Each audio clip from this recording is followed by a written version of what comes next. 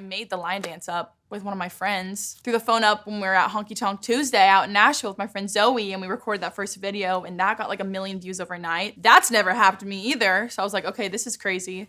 And then I just kept posting videos of me doing the line dance and just sent, absolutely sent. It was really wild.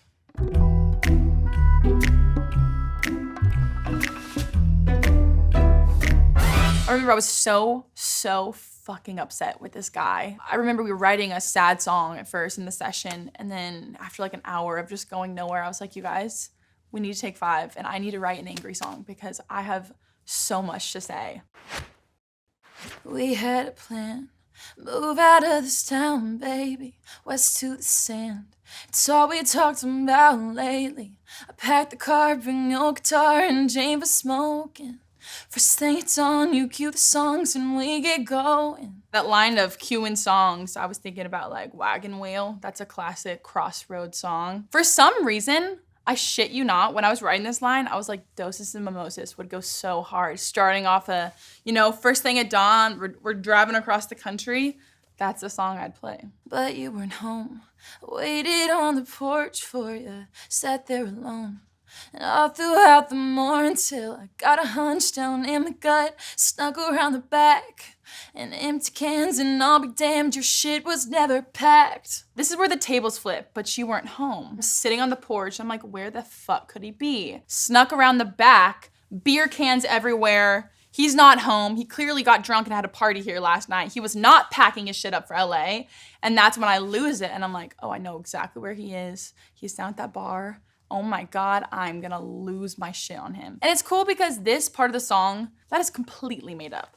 I'd never even been to Austin when I wrote this song, but the emotion behind it, how betrayed and how disappointed I was in this guy, that is so real. I was just so upset and had gone over the details of our actual situation so many times that I just couldn't write about it again because I'd overwritten it. I just had to make up some random story that had the emotion still in it. And that's where Austin came from. Did your boots stop working? Did your truck break down? Did you burn through money? Did your ex find out? Where there's a will, then there's a way. I'm damn sure you lost it. Didn't even say goodbye, just wish I knew what cost it. I freestyled the first line. Did your boots stop working? Did your truck break down?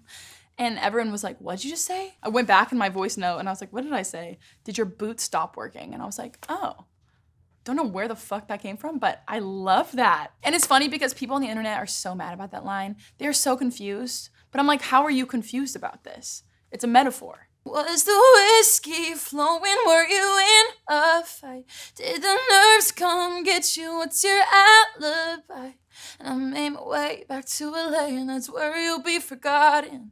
In 40 years, you'll still be here, drunk, washed up in Austin. Well, I'd never been to Austin, and TBH, Austin didn't signify anything. Like, it was just rhymed. It sounded good. I also love Texas, and so I was like, great, Austin. But I'd never been, never stepped foot there. Yeah, that was totally made up, yeah. Hell of a bluff, you had me believing. How many months did you plan on leaving? What happened? Bad habits. Did you go back, go bash it? I loved you, how tragic. Oh. The second verse, I kind of saw this when I pull up to the bar and I see him in there, and I'm kind of, in my head, I was like, pitting him against the wall, and I was like, oh, hell of a bluff. And finally, I'm just saying everything that I've wanted to say to him for so long. So I'm calling him out. I'm like, oh, you had me believing for so many months that you were in love with me and you're gonna move to LA with me. Oh, and now you're drunk, washed up here, and the car's packed when I'm leaving. You know?